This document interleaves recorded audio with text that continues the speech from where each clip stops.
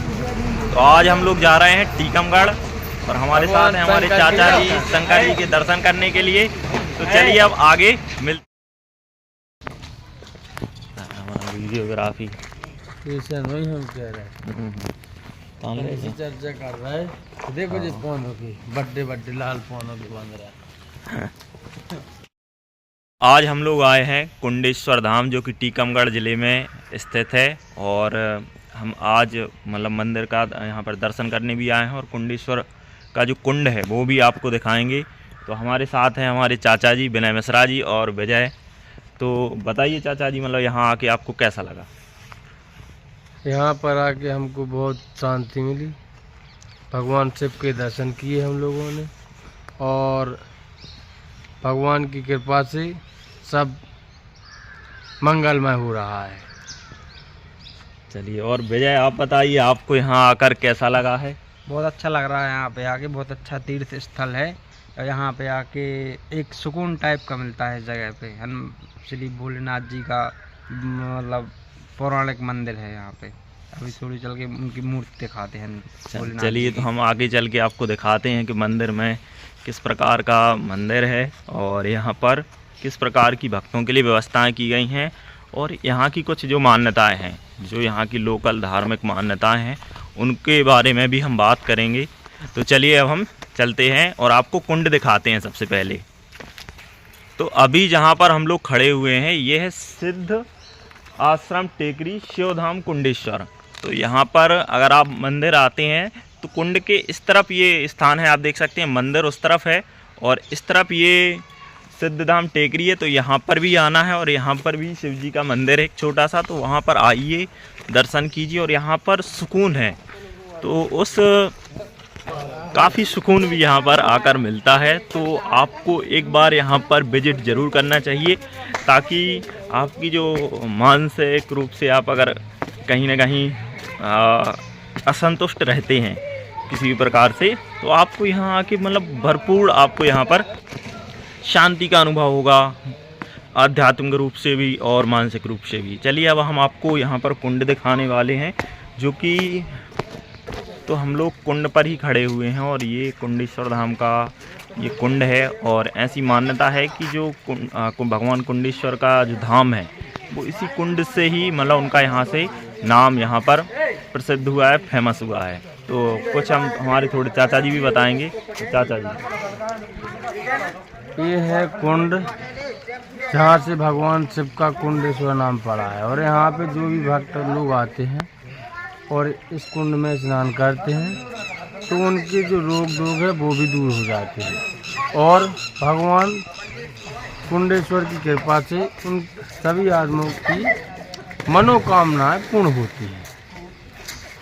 और यहाँ पे देख लीजिए आप, सभी भक्त लोग स्नान कर रहे हैं और सब आप लोग जानते हैं जी। तो यहाँ पर बहुत अच्छी जानकारी हमारे चाचा जी को है यहाँ के बारे में और यहाँ की मान्यताएं हैं जो। और आप देख सकते हैं यहाँ पर बहुत सारे श्रद्धालु भी हैं जो कुंड में स्नान कर रहे हैं और अपनी उनकी जो मनोकामनाएं हैं वो भी। और क्योंकि इस कुंड में नहाने से ऐसी मान्यताएं हैं कि आपके जो शारीरिक जो रोग होते हैं वो भी यहाँ पर दूर होते हैं और एक मन को शांति मिलती है, वो एक अलग है। तो चलिए अब हम आपको आगे का मंदिर के दर्शन कराते हैं, आपको बताते हैं।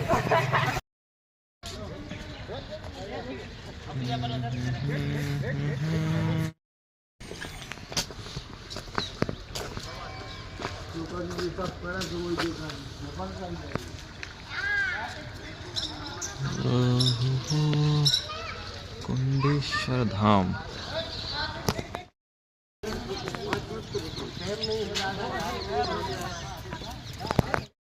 ये आप देख सकते हैं, इस तरफ कुंड है नीचे तरफ और यहाँ पर देख सकते हैं कुछ जो दिशा निर्देश हैं कुंड के। तो कुंड की जो गहराई है वो अधिक है। कुंड में उतरने से आप डूब भी सकते हैं। तो अगर आपको तैरना, पानी में उतरना, हालांकि यहाँ पे मना किया गया है, लेकिन लोग जिनको आता है वो यहाँ पर तैरते भी हैं। और यहाँ पर पूजन सामग्री, अस्थि विसर्जन, ये भी कुछ निर्देश हैं, तो ये भी मना है स्पष्ट रूप से। और मछली पकड़ना तो यहाँ पर दंडनीय अपराध है। जो कि मंदिर ट्रस्ट की तरफ से कुछ ये निर्देश जारी किए गए हैं। यहाँ पर गंदगी नहीं फैलानी है, क्योंकि यहाँ पर लोगों की आस्थाएं जुड़ी होती हैं। और ये आप देख सकते हैं पूरा यहाँ का जो प्रांगण है, परिसर है, बहुत ही अद्भुत है। तो चलिए अब हम आगे चलते हैं और मंदिर के अंदर का आपको यहाँ पर दिखाते हैं, अगर वहाँ परमिशन होगी तो।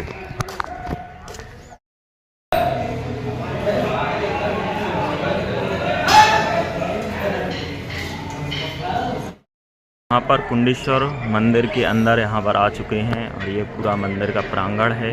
और हम मुख्य द्वार, जो मुख्य मंदिर जी का गेट है शंकर जी का, तो यहाँ पर हम पहुँच चुके हैं और आपको आगे जो दर्शन है वो हम आपको यहाँ पर करवाते हैं। यहाँ पर सबसे पहले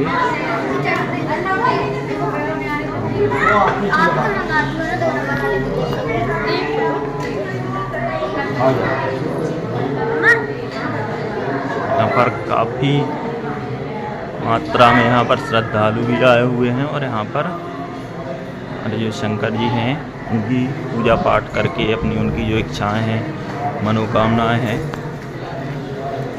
वो यहाँ पर जल चढ़ा के और अन्य जो सामग्री है, बेलपत्री, फूल वगैरह, उनको चढ़ाकर अपनी मनोकामना यहाँ पर उनके समक्ष रखते हैं और भगवान भोलेनाथ उनकी मनोकामनाओं को पूर्ण करते हैं।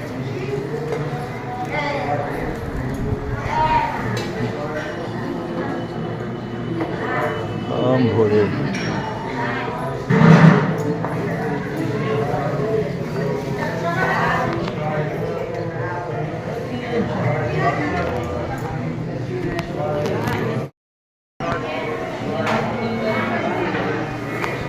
यहाँ पर आप देख सकते हैं मंदिर के अंदर, यहाँ पर गर्भगृह में यहाँ पर शंकर जी की लोग जल चढ़ा रहे हैं और यहाँ पर उनकी जो मनोकामनाएं हैं वो उनके लिए मन्नतें मांग रहे हैं। और बेलपत्री चढ़ाकर जो जिसकी जैसी श्रद्धा, जिसकी जैसी शक्ति होती है, वो अपने सामर्थ्य के अनुसार यहाँ पर जो भोलेनाथ जी हैं उनको प्रसन्न करने के लिए पूजा पाठ, हर एक चीज़ जो होती है वो कर रहे हैं। और चूँकि ये आस्था से जुड़ा हुआ विषय है, तो लोगों की जो मान्यताएं हैं वो भी यहाँ पर पूर्ण होती हैं। बम भोले। तो हमारे साथ हैं कुंडेश्वर मंदिर, जो मुख्य मंदिर है, वहाँ के पंडित जी, जो यहाँ पर पूजा पाठ करते हैं, सेवा में हैं शंकर जी की। तो हम उनसे बात करेंगे और यहाँ की जो मान्यताएं हैं उसके बारे में जानने का प्रयास करेंगे, आस्थाएं और जो पौराणिक चीज़ें हैं उनको समझने का प्रयास करेंगे। कुंडेश्वर भगवान की जय। पार्वती माता की जय। पंडित अवधेश पुजारी, कुंडेश्वर मंदिर। और यहाँ पर शंकर जी स्वयं एक चावल के दाने के बराबर बढ़ते हैं प्रतिवर्ष। ये जो 1200 राजा था, उनकी पुत्री का नाम उषा था। उषा पूजा करने के लिए एक छोटी सी चौकी रहा करती थी बानपुर के पास में, यहाँ से 10 किलोमीटर बगल में। तो वहाँ से उनकी पुत्री रात्रि में 4 बजे से पूजा करने के लिए, जो अपने मंदिर के बगल में कुंड है, कुंड की गहराई का कोई मालूम नहीं है, तो उस कुंड में पूजा करने के लिए आती। जब वो आई तो जल रास्ता देता था उनके लिए। जैसे जल ने रास्ता दिया, वो अंदर प्रवेश हो गई, जल जुड़ गया। एक दिन राजा को पता चला हमारी बेटी 4 बजे से नित्य प्रतिदिन कहीं जाती है, तो एक दिन वो पीछे से आने लगे। आते हो गए, देखा उन्होंने ऐसा आश्चर्य देखा कि जल के अंदर प्रवेश हो गई। उषा नाम की जो उनकी पुत्री थी वो प्रवेश हो गई। तो पूछा, बेटी ऐसा क्यों हुआ है? वो पूजा करते हुए आई। तो कहा, शंकर जी स्वयं विराजमान है वहाँ पर, हम उनकी पूजा पाठ करते हैं और पूजा करते हैं। बोले, जैसे दर्शन हमें दिए हैं, आपको दिए हैं, इसी प्रकार हमें भी दिला दीजिए। भगवान से प्रार्थना की, तो भगवान ने उनको दर्शन दिए। तो राजा से कहा शंकर जी ने कि आपको जो मंगाना है मंगा लीजिए, तो जो भी वरदान लेना चाहते हो। तो कहा, जैसे हमें दर्शन दिए, इसी प्रकार सब लोगों को दर्शन देना। तो जहाँ पर ये शंकर जी स्वयं विराजमान है, जैसे धाम कुंडेश्वर विराजमान है, यहाँ पर ओखली थी, एक छोटी सी ओखली थी। तो मूसल से धान कूट रही थी, एक वृद्ध डुक्को, एक झोपड़ी थी, उसी में धान कूट रही थी डुक्को। धान कूटते समय उसमें अचानक एक बूंद आ गया और जो चावल थे धान कूटने वाले तो वो लद्दपद्द हो गए उस खून से, वो घबरा गई और एक मिट्टी का कूड़ा रहता है जैसे जो दही जमाते हैं, जी जी, तो वो कूड़ा से वो ढकते हुए वो घबराते हुए बस्ती में पहुंची। तो बस्ती वाले को बुला के आई, सब लोगों को लुआ के आई कि हमारे उसमें खुली में कुछ कीड़े मकोड़े नहीं थे, अचानक खून कैसे आ गया। तब तक आए जब तक शंकर जी का शिवलिंग ऊपर बढ़ गया। जो कूड़ा उनका जमीन में रखा हुआ था, जब शंकर जी का शिवलिंग बढ़ा तो ऊपर कूड़ा उठ गया। तो कहने लगे हमारे यहाँ पर शंकर जी प्रकट हुए हैं, कूड़ादीप प्रकट हुए हैं। अब इनका शुभ नाम रखा गया कुंडेश्वर। ये शंकर जी स्वयंभू है। और एक दिन टीकमगढ़ के राजा को पता चला काफ़ी समय बाद कि शंकर जी प्रकट हुए हैं, तो उन्होंने यहाँ पर शंकर जी को कोशिश की कि भगवान को यहाँ से ले जाकर टीकमगढ़ विराजमान कराएंगे। तो उन्होंने खुदाई शुरू करा दी। यहाँ तो उनके होम साहब जी रहते थे, बगल में मंदिर के बगल में कोठी बनी है राजा जी की, तो वीर सिंह जी राजा जी थे। तो उन्होंने खुदाई शुरू कराई। तो यहाँ पर शंकर जी की यहाँ पर 22 फुट गहरे तक खुदवाए। नीचे दलदल निकालने लगा, उनके सैनिक असमर्थ हो गए काम करने में। तो जैसे असमर्थ होने गए और भगवान ने सपने दिया हमारा कोई अंत का पता नहीं लगेगा, आपका विनाश हो जाएगा। ऐसा कहते हुए भगवान से प्रार्थना की। राजा ने एक छोटा सा मंदिर बनवाया। फिर अब ये नया निर्माण हुआ है, 25-30 साल पहले ये नया निर्माण हुआ है। पहले पुराना मंदिर था, राजा सा एक छोटा सा मंदिर था। और यहाँ पे पहाड़ी क्षेत्र, ये शंकर जी के जो पहाड़ी क्षेत्र है, ये जलहरी आकार में जो पहाड़ी दक्षिण दिशा से थोड़ी सी उठी है और उत्तर दिशा को थोड़ी सी दबी हुई है। तो ये माता जी की योनि के रूप में मानी जाती है। ये शंकर जी स्वयं साक्षात विराजमान है। जो भी भक्त लोग अपनी मनोकामना लेके आते हैं, सच्चे मन से आते हैं, तो उनकी सभी मनोकामना पूर्ण होती हैं। और तरह तरह की यहाँ पर मेला लगते हैं, भीड़ लगती है। जैसे शिवरात्रि को लाखों लोग आते हैं और मकर संक्रांति को रहते हैं, श्रावण सोमवार को रहते हैं, देवउठनी एकादशी को मेला बढ़ता है और काफ़ी बड़े बड़े मेला लगते हैं यहाँ पर। तो भीड़ ज़्यादा काफ़ी रहती है। सोमवार को विशेष रूप से श्रृंगार होता है उनका और शाम के श्रृंगार किया जाता है, पूजा आरती होती है।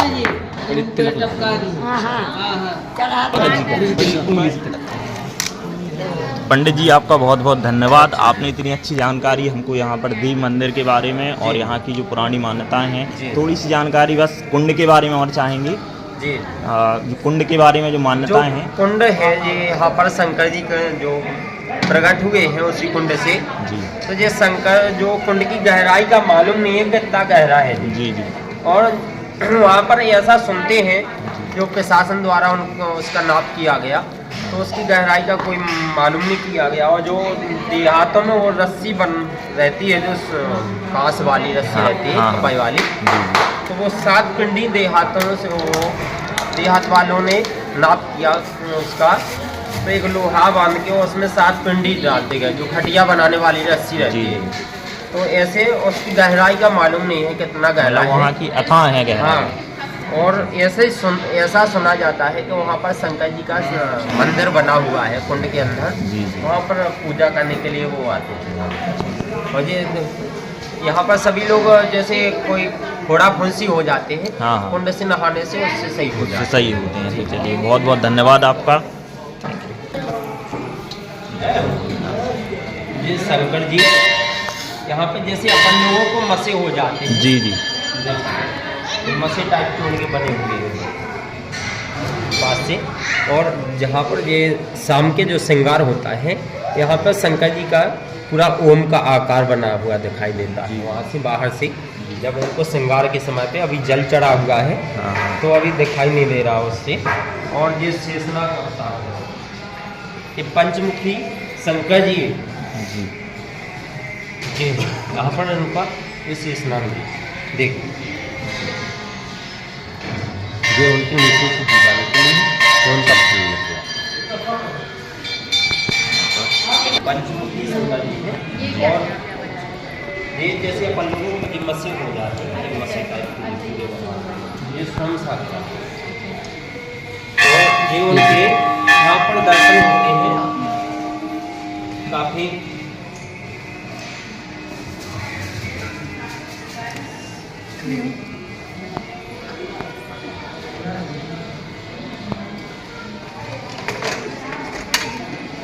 जहाँ तक इनके यहाँ पे उजीला चला जाए वहाँ तक दर्शन होते हैं शंकर जी के। सीधे शिवलिंग सीधे गए हैं, फिर कुंड की तरफ विलीन हो गए, पूरे में गैप है पूरे, ये गिलहरी से जुड़े नहीं हैं शंकर जी।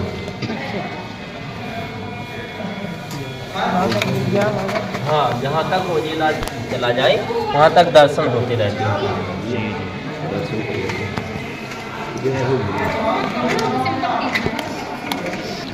तो यहाँ पर जो गहराई है, जो ये ऐसी मान्यता है कि यहाँ से जो शंकर जी की गहराई है वो कुंड से जुड़ी हुई है, मतलब और भी गहराई है, मतलब उसका कोई पता नहीं लगा पाया है। लेकिन ये इतना अभी तक जो पता चला है, जो हमें जानकारी मिली है कि ये शिवलिंग है शंकर जी का, ये प्रत्येक वर्ष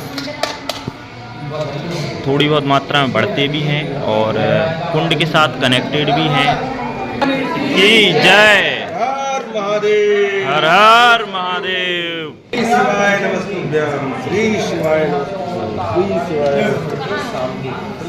एक बार और हम ये पूरा मंदिर का प्रांगण आपको यहाँ पर दिखा देते हैं। अंदर से ही अभी दिखा रहे हैं, थोड़ा बाहर से भी चल के आपको दिखाते हैं। ये कुंडेश्वर मंदिर है, ये पूरा हम आपको यहाँ पर प्रांगण भी दिखाने वाले हैं। ये देख सकते हैं मुख्य मंदिर है जो बिल्कुल गेट के जस्ट सामने है, आप देख सकते हैं। यहाँ पर स्वयंभू विराजे हुए हैं और ये पूरा प्रांगण है, हम आपको ये भी यहाँ पर दिखा रहे हैं। राम मंदिर है यहाँ पर, राम मंदिर कुंडेश्वर। यहाँ पर आपको राम मंदिर के भी दर्शन करवाते हैं। और जय हो रामलला सरकार। चढ़ा गया देख देव। अरे हल्ला नहीं।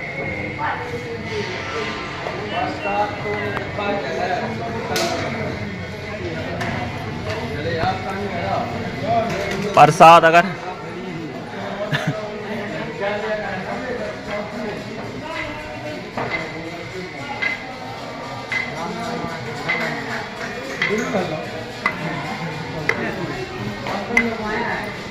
यहाँ पर पीछे तरफ भी काफ़ी शांतिमय वातावरण।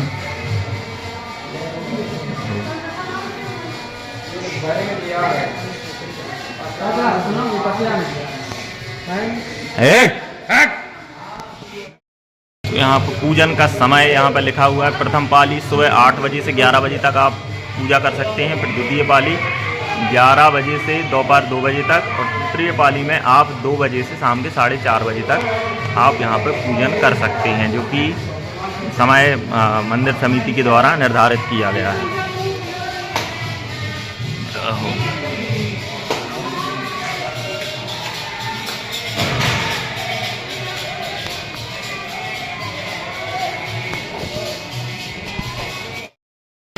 और यहाँ पर एक संकीर्तन भवन भी बना हुआ है, यहाँ पर आकर आप भजन कर सकते हैं। और यहाँ पर काफ़ी अच्छा वातावरण भी है। यहाँ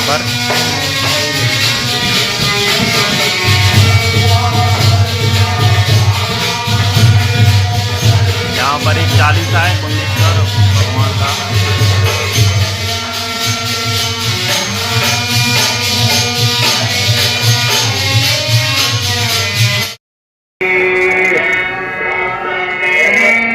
और यहाँ पर महाप्रसाद भोजनालय, यहाँ पर भोजन का भी यहाँ पर प्रबंध किया गया है। जो भी श्रद्धालु यहाँ पर आना चाहते हैं, ये देख सकते हैं। एक व्यक्ति को सिर्फ 2 ही कूपन, और यहाँ पर कुछ नियम हैं वो भी यहाँ पर निर्धारित किए गए हैं। जो भी यहाँ पर दान देना चाहते हैं वो दान भी दे सकते हैं। यहाँ पर कुछ दानदाताओं के यहाँ पर नाम भी लिखे हुए हैं, और ये देख सकते हैं। और यहाँ पर ये काफ़ी कम प्राइस में यहाँ पर जो भोजन है वो करवाए जाते हैं, और 30 रुपये मात्र यहाँ पर सहयोग राशि दी जाती है। तो हमारे साथ यहाँ पर आप ही संचालन करते हैं जी। तो यहाँ पर समय है वो क्या है, मतलब समय अभी जैसे अभी ठंडन में है 12:30 जी जी 1 पे चालू होता है प्रसाद। जी जी वो गए में होता है 12 बजे होता है। और इसके लिए कोई ऐसा कोई और अन्य ऐसा समय फिक्स है, यही समय फिक्स रहता है या फिर समय जब राम राजा को प्रसाद लगेगा जब भी चालू। अच्छा, और कितने लोगों तक का मतलब ये प्रसाद कोई निश्चित नहीं है, निश्चित नहीं रहता है, मतलब जितने लोग जब तक जितना खाना बना है वो वितरित हो तभी मतलब तब तक चलता आ जाए, जितने आदमी आ जाए, कोई यहाँ पर कोई वो नहीं है मंदिर। जी जी ठीक है, बहुत बहुत धन्यवाद। तो अगर आप यहाँ आते हैं तो महाप्रसाद यहाँ पर वितरित किया जाता है। 40 रुपये में आपको भरपेट भोजन मिलेगा। तो आप यहाँ पे महाप्रसाद का भी सेवन कर सकते हैं। भगवान कुंडेश्वर के हमने दर्शन किए हैं और दर्शन करने के बाद मुझे तो मतलब अलग ही अनुभूति हुई है, अलग ही आनंद आया है। तो हमारे साथ चाचा जी हैं, आप बताइए आपको दर्शन करके और यहाँ आके इस क्षेत्र को देखकर आपको कैसा लगा है? यहाँ पे भगवान भोलेनाथ के दर्शन करके हमको बड़ा ही अनुभूति, बहुत ही अच्छा, मतलब जिसे कहते हैं अपन के मन को प्रसन्न कर देने वाला, प्रफुल्लित कर देने वाली जो वही अनुभूति हुई है हमको प्राप्त हुई है। और भगवान भोलेनाथ सभी के कष्ट हरते हैं और हमारे भी कष्ट हरेंगे। जय भोलेनाथ। जी जी। तो भगवान भोलेनाथ की कृपा हम सभी पर बनी रहे यही हम आशा करते हैं। और यहाँ पर लेकिन एक चीज़ आपको इन बंदरों से बच के रहना है, क्योंकि ये बहुत शैतान होते हैं, ये प्रसाद लेके और भाग जाते हैं सीधा। तो आपको थोड़ा सा इनसे बच के रहना है और हो सके तो आप इनके लिए कुछ अलग से खाने के लिए भी ला सकते हैं, क्योंकि ये भी बेजुबान हैं और ये आप पर और हम ही पर ही निर्भर हैं। और यहाँ पर आप आएँ तो कुछ इनके लिए थोड़ा बहुत जो कुछ भी आप लाना चाहें तो ला सकते हैं।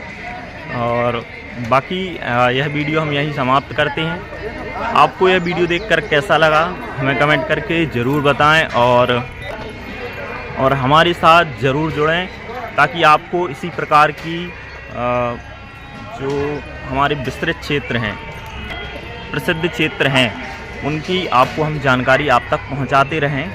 मिलते हैं नेक्स्ट वीडियो में, तब तक के लिए नमस्कार प्यारे साथियों।